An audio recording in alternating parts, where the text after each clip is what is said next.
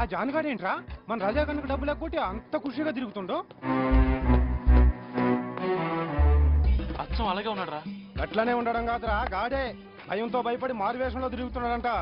Hair style మార్చినంత మాత్రాన సంజావుదా? అన్నకి phone చేద్దామా? అన్నొచ్చేలో పాటు జంప్ అయితే అందుకే గాడిని ఇప్పుడే ఖతం చేసి అన్నకి గిఫ్ట్ గా ఇద్దాం. మరి వాడు కాకపోతే మన ఖాతాలో ఇంకొక పాగలగాడు ఖతం. అయితే వేద్దాం అండి. పాలిష్ బాగా పెడుతున్నారండి. పాలిష్ పెడతానికి బూట్లు కాదండి బాబు. మీరు పెడుతుంటే అలాగే ఉందిలేండి. ఈ అరటిపళ్ళు ఎలాగండి?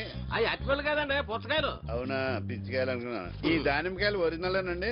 నంబర్ 1 అండి బాబు. నాకు నెంబర్ 2 కావాలి. ఆ ద్రాక్ష పండు అండి, ఈగలేటాయి బాబు. ఇంతకీ మీకు అసలు ఏ పండు కావాలండి? బత్తా పండ, దానిమ్మ పండ, యాప పండ, అరటి పండ? ఆ బాక్స్ లో ఉన్న పళ్ళు చూపించండి. ఈ బాక్స్ లో ఉన్నాయి కూడా. నువ్వు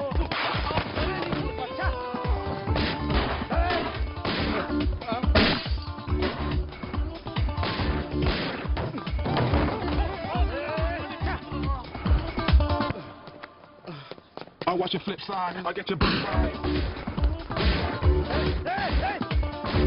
అయ్యి బాబా, ఇదేమంటారు బాబు? అరటిపళ్ళు తప్పేస్తారండి. I watch your flip side and I get your book right. లక్కీగా పోలీస్ స్టేషన్ ఇక్కడ ఉంది. సెల్లు పోయింది, వాచిపోయింది, కోచిపోయింది. అదేమైనా కోహినూరు వచ్చినావా? కంప్లైంట్ ఇచ్చేళ్ళు దొరికితే ఇన్ఫార్మ్ చేస్తా. మా కుర్బానీ గది చాలా కాస్ట్లీ సెల్ సార్, మీరు కొంచెం పెద్ద చేసుకుని పెడితే. పెద్ద చేసుకోవాలా? ఏంటో అది మనసు సార్, మనసు. సార్ సార్ సార్, నా మీద కేసు పెట్టినంటే నేను సరెండర్ అయిపోతాను. కేసు పెట్టాలా వద్దా అనేది నేను డిసైడ్ చేయాలి. ముందు విషయం చెప్పు సార్. రైతు బజార్లో బాంబు పెట్టిన కేసులో జాన్ వీడే సార్. కానిస్టేబుల్ ఎస్ఐ అవ్వడం అంటే డైరెక్ట్ గా ఎస్పీ కావడం కంటే కష్టం కదా. అవును సార్. నా హిస్టరీ తెలిసి కూడా నాకేదో హెల్ప్ అవుదాం అనుకుంటావు.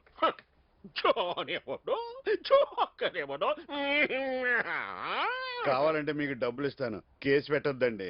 అసలు విషయం ఏమిటో తెలిస్తే కదా కేసు పెట్టాలా వద్దా అనేది డిసైడ్ చేయడానికి. మా ఊరు ఎమ్మెల్యే గారి చేత చెప్పిస్తానండి. ఎమ్మెల్యే రికమెండేషన్ కూడా ఉందా?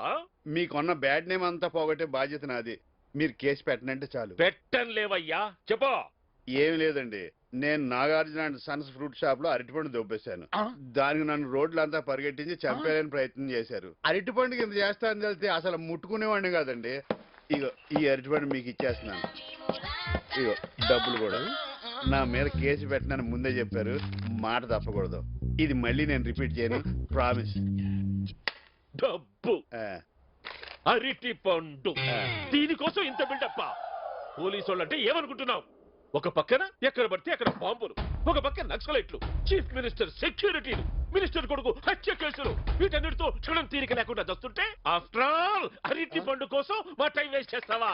ఆఫ్టర్ ఆల్ అరటిపండు అంటారా?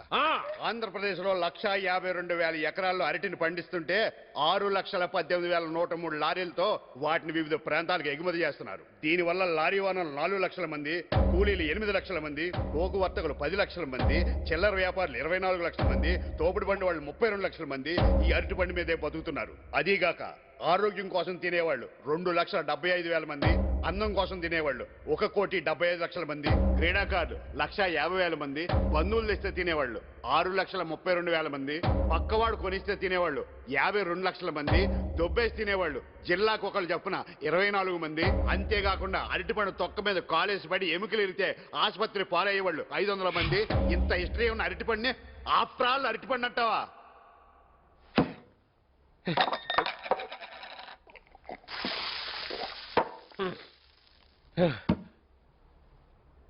నాయన అరటి పండేశ్వర, నీకు నమస్కారం. ఇక ఆంధ్రప్రదేశ్ లో ఎక్కడ నీ మీద కేసు రాకుండా చూసుకుంటాను. అయితే ఎప్పుడు ఏ విషయం మీద ఎంత స్పీచ్ ఇవ్వాలని నాకు ప్రామిస్ చేయవయ్యా? ఆలోచిస్తా అండి. బాగా చెప్పారు సార్, చాలా బాగా చెప్పారు. మీ ఎస్ఐకి చెప్పండి. సార్ సార్ వీడు కూడా మీట్ అయిపోయి. అదిగా సార్, నేను పబ్బులో మన పక్కన కూర్చున్నాడే, చిన్న గ్యాప్ లో ఆ నట్టిపళ్ళు మీరు ఒక్కరే ఎలా తిన్నారనుకున్నాను. కాదు, గ్యారంటీగా సగం వీడి తినేసి ఉంటాడు. తింటే తిన్నాడు కానీ అరటిపండు గురించి చేసిన ఇన్ఫర్మేషన్ ప్రపంచంలో ఎవరికి తెలియదు. ఈయన మన బాగా కంపెనీకి బాగా పనిచేస్తాడు. ఈయన మాత్రం వదలదు. Catch catch.